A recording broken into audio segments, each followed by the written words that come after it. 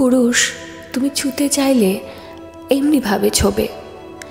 এই যে বাসে, ট্রেনে, রাস্তাঘাটে ভিড়ের ঠেলাঠেলিতে তুমি আমায় ছুঁয়ে দাও, তাতে আমার কোনো আপত্তি নেই।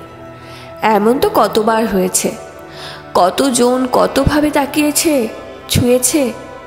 একবার জানো কি হলো? তখন বয়সটা বেশ অল্প।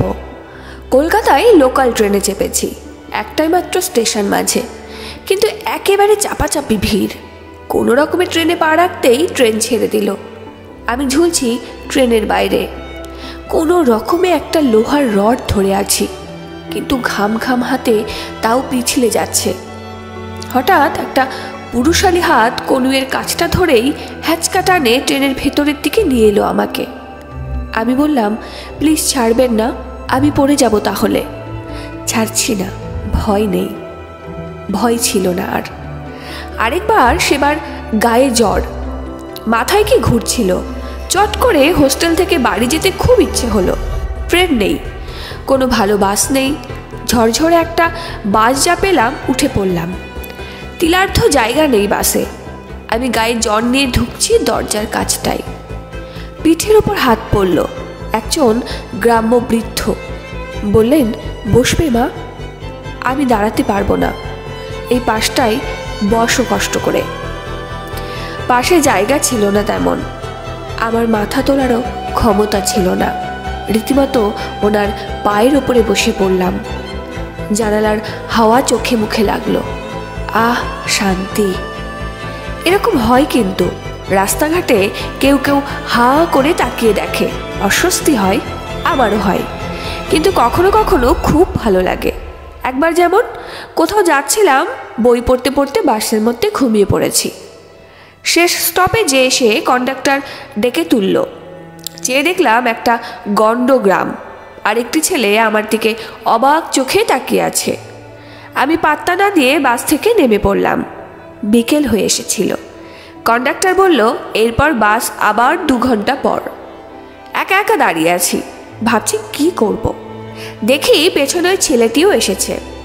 এখানে একটা দোকানে আমার বাইক রাখা থাকে, আমি পৌঁছে দেব? না না, কি দরকার, ভয় নেই, বাড়ি অবধি পৌঁছে দেব। পরের বাস আস্তে আস্তে অনেকটা রাত। কি মনে হলো বললাম, চলুন, ভালো করে ধরে বসুন তো, চাপ নেই। বসলাম আমি। আমাকে ঠিকানা জিজ্ঞেস করে একদম বাড়ির দরজা অবধি পৌঁছে দিয়ে গেল ছেলেটি। আবার মাকে বলেও দিল, বলুন কাকিমা, বাসে ওভাবে কেউ ঘুমিয়ে পড়ে? এই থাকিয়ে থাকাগুলোও বেশ লাগে তো। তারপর কেউ যদি এমনি এমনি আদর করে, ধরো অচেনা কেউ, আমার তাও ভালো লাগে। তখন সন্তান সম্ভব আমি। দুর্গাপুজোয় লাইনে দাঁড়িয়ে অষ্টমীর প্রসাদ নিচ্ছি, খুব গরম, হাঁসফাঁস করছি।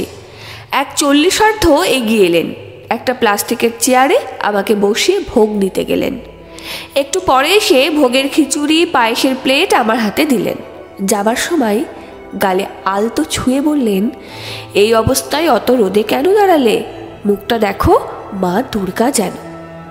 তারও অনেক দিন আগে, বেশ 5-6 বছর আগের ঘটনা। জীবনে প্রথমবার রেডিওথেরাপি নিচ্ছিলাম, এই দিন 10-এর। তখন জানতামই না এর কি মাহাত্ম্য।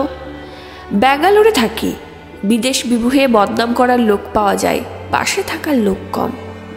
প্রথম 2 দিন বেশ নাচতে নাচতে থেরাপি নিলেও 3য় দিনে এসে অবস্থা কাহিল। এরকমই একদিন থেরাপির জন্য অপেক্ষা করছি। অফিসের এক কলিগের ফোন এলো, খুব কাছের নয়, মোটামুটি বন্ধু। জিজ্ঞেস করলো কোথায় আছি। বললাম থেরাপি নিচ্ছি। আজকে উঠে বলল, রেডিও থেরাপি চলছে, বলনি একবার? হসপিটালের নাম জিজ্ঞেস করলো। সেদিন থেরাপি সেরে বাইরে এসে দেখি রিসেপশনে দাঁড়িয়ে আছে সে। মাথায় একটা চাটি মেরে বলল, আইডিয়া আছে কোনো কি হচ্ছে? এবার থেকে আমি আসবো সাথে, খবরদার আসবে না একা। সেদিন চোখের জলটার দেখতে দেয়নি। ছুতে হলে এমনি করে ছোঁও, এমন করে যাতে শেষ দিন অবধি তোমার ছোঁয়াটুকু মনে রাখতে পারি পুরুষ। গর্ব করে, আনন্দ করে বলতে পারি, তুমি একটু হলেও অনেকখানি ছুঁয়েছিলে আমাকে, এখনো ছুঁয়ে আছো। প্রত্যেকবার এমনি করে ছুঁয়েও। সত্যি বলছি, আমার ভালো লাগে, আমি কিচ্ছু মনে করি না।